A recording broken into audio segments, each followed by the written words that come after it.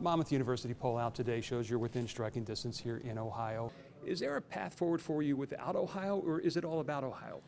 Well, Ohio is very important. I have a great relationship to Ohio, and I worked in Cincinnati for quite a while with my father doing a job in Cincinnati, so I feel great about Ohio and the people. I love the people of Ohio, and of course in Cleveland, we had our big convention, and it was terrific.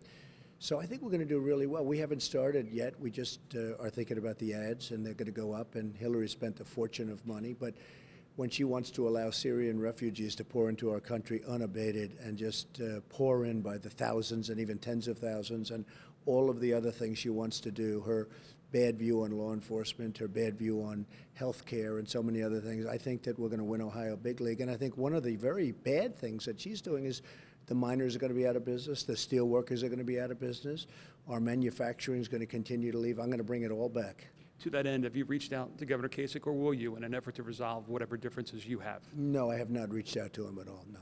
One of the things that he had a problem with was immigration, and dealing with the deportation force, softening that stance would be something that would be appealing to him. But is that what you're suggesting at this point, or not?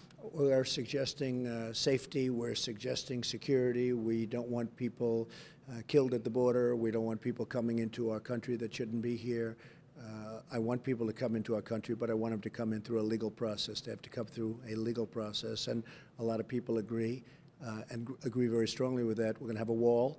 The wall is necessary. We have to stop. Ohio has a tremendous drug problem, as do many other states, probably all other states. It's coming through largely the southern border.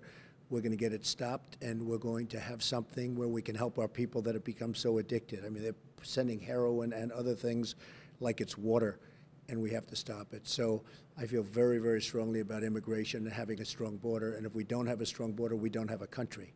Let me ask you this. You had 16 million votes in the Republican primary, more than anyone in Republican presidential history, 4 million more than Mitt Romney.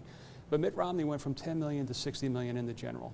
At what point do you stop playing to the 14 million and start going after that 60+ million that you're going to need in November? Well, see, I don't want to just cater to anybody. I just want to do what's right. And I'm being very honest. We have to have borders. As an example, it'd be very easy for me to say, oh, we want weak borders, and maybe that's more popular. I don't know. But we have to do things right. We have to have a proper health care system. We have to repeal and replace Obamacare. We have to protect our Second Amendment. There are a lot of these things that I'm saying. I don't know if they're popular or not popular. And frankly, it shouldn't matter that much. They're the right thing. And I have to stay with what I feel. And people say, oh, why don't you do this or do that? And I say to myself, I don't want to do that. I mean, I'm a very honest person, and I want to be honest about what I'm saying. As an example, Common Core, it's a terrible thing. Common Core for education. I want education to be local. And some people disagree with that, and that's okay, but I have to stay honest to myself. Rob Portman won't be here tonight, wasn't in Youngstown last week. Have you asked him to come to these? No, I haven't, but I have a very good relationship with him. What impact do you think you'll have on his race? Well, I think we're doing well. I mean, we're doing very well in Ohio, and we're doing well in Florida, and we're doing very well in a couple of the other big swing states. And I think we got a lot of surprises coming up. As you know, the LA Times just came out a little while ago. We're 2 points up nationally. We're winning by 2 points. And I just think we're going to do very well. I mean, I have to focus on my race, and I want to do well, and I think that's going to help Rob. But Rob's been very nice. The Clinton campaign today calling on you again to release your taxes, implying, though, for the first time that the reason why you're not is not the audit, but because your businesses owed hundreds of millions of dollars to the Bank of China or to Russian businessmen with ties to the Kremlin.